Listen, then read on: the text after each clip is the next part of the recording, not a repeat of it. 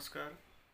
मी पारस विजय शास्त्री तुमच्यासाठी छान व्हिडिओ घेऊन आलो आहे की खरोखरच वारंवार ज्यांच्यावर अस्वस्थ आहे, सुस्त आहे आणि काही कामामध्ये त्यांचं लक्ष नाही की अशा वेळी त्यांना कुठेतरी बाहेरची बाधा किंवा तांत्रिक बाधा असं म्हणतात आपण.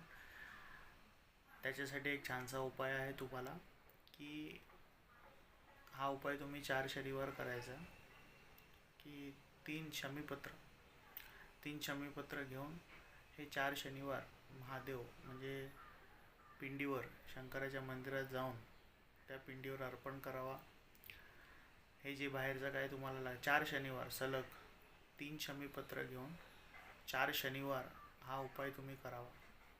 लवकरात लवकर या तुम्ही जे काही तांत्रिक बाधा तुम्हाला झाली आहे त्याच्यापासून तुम्ही मुक्त व्हाल. नमस्कार. आई तुळजाभवानीचा तुम्हाला आशीर्वाद आहे.